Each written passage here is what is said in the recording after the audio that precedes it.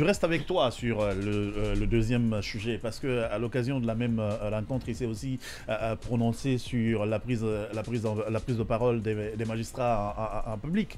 Là-dessus, que dit la loi, hein, tout simplement, est-ce qu'il y a une interdiction express et où comment d'accord, Simon Pierre, je vais prendre l'antenne avec toi là-dessus.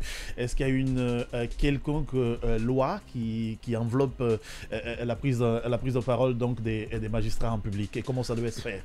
Justement, parce que dans le communiqué ou l'acte qu'on a vu, Ouais. il a quand même su mentionner des dispositions, Ouais. notamment c'est le même texte, c'est-à-dire la loi organique portant statut des De la magistrats, magistrature. voilà, en République de Guinée. Ouais. Et lorsque vous prenez l'article 25 de cette loi, Ouais. voici ce qui est dit à l'alinéa 3. Ouais. On dit il est interdit de traiter dans les organes de presse et de médias de sujets autres que ceux d'ordre professionnel ou ceux visés à l'alinéa précédent.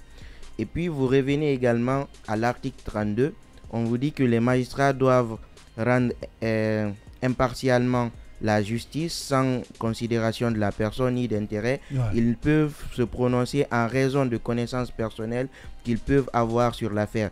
Ils ne peuvent défendre ni verbalement ni par écrit, même à titre de consultation, des causes autres que celles qui les concernent personnellement.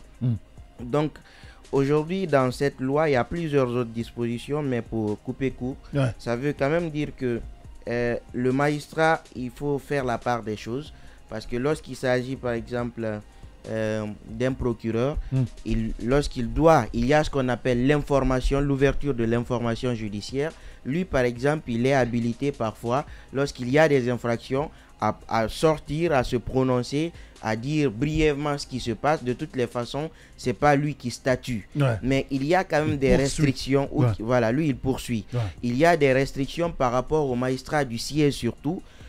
Ils ne peuvent, lorsqu'ils ont une affaire a été portée à leur connaissance, ouais. à leur juridiction, Ouais. ils ne peuvent pas discuter de ça dans les médias, ils ne peuvent pas discuter de ça, par exemple, dans le quartier, même s'ils ont des connaissances personnelles sur l'affaire, ils ne peuvent pas user de ça sur l'affaire. Ouais. Et non seulement ça, c'est connu de tous, et ça, c'est des règles, en tout cas, Bon, de façon basique. Là-dessus, le bon ami de Yanné ne fait pas bonne presse. Hein. Je veux parler du ministre Charles.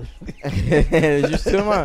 Donc, lui, tous ses dossiers étaient traités sur Facebook. Voilà, non, c'est pourquoi on lui appelait aussi parfois à faire un peu de retenue. Ouais. Mais je pense que vers la fin, il avait commencé à comprendre, mais malheureusement, c'était trop tard. Donc, et ce que j'ai dit, c'est que il y a quand même la loi sur, comment je vais dire, le statut des magistrats qui encadre ça. Donc, qui fait certaines restrictions. Donc, le magistrat, lorsqu'il a une affaire, il ne peut pas venir discuter de ça à l'antenne, dans les médias, parce qu'il y a ce qu'on appelle de garder le secret des délibérations, parce que tout propos qu'il pourrait tenir pourrait être interprété et pourrait être déjà dans la tête des différentes parties de la décision finale. Tout le monde va dire, ah, à cette allure, l'on sait que le juge, après avoir dit ça, ce sera ça sa décision. C'est pour éviter toutes ces suspicions-là, pour parler de secret de délibération, que la loi permet également aux magistrats d'être silencieux sur ces cas de figure. Mais le procureur, dans l'exercice de ses fonctions, a plus ou moins une certaine latitude à pouvoir informer, à pouvoir également communiquer sur certains types d'infractions, mais pas aussi lorsque, par exemple, l'information pourrait permettre à l'auteur de l'infraction de pouvoir s'échapper, il ne doit pas le faire. C'est-à-dire, je donne un exemple.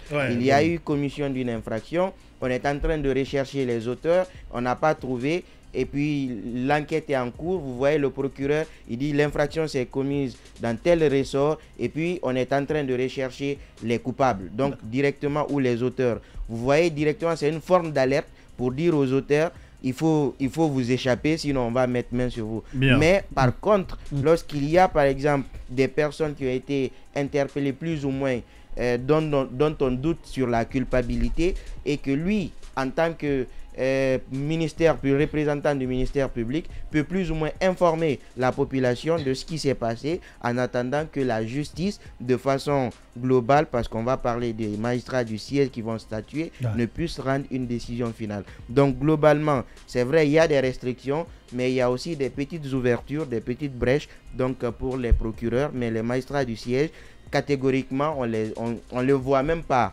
sur les médias, on les voit pas sur les antennes parce qu'ils évitent la parole. Et même ceux qui ont fini d'exercer, comment je vais dire, qui sont à la retraite, beaucoup d'entre eux refusent également de prendre la parole, ce qui est pour moi anormal parce que parfois on a besoin de leur expérience, on a besoin d'échanger de beaucoup de sujets de leur carrière, de nous édifier davantage sur certaines situations. Ils sont en train de respecter la loi. Mais non, mais je parle de ceux qui sont à la retraite. Même ceux qui sont en exercice ne doivent pas... Ceux qui sont en exercice... Non, pour lui, ceux qui sont en exercice, on peut comprendre, mais une fois... Oui, j'ai dit qu'il y a des restrictions, il y a aussi des brèches qui sont ouvertes, mais ceux qui sont à la retraite, ils n'ont aucune excuse de pouvoir nous édifier. Donc ils ne doivent plus respecter la loi. Non, ça ne s'impose plus à eux parce qu'ils n'exercent plus la fonction. D'accord. Donc ils sont à la maison, ils ne prennent que leur pension. Super. Donc ils ne peuvent pas garder tout ce savoir-là et mourir avec quand même.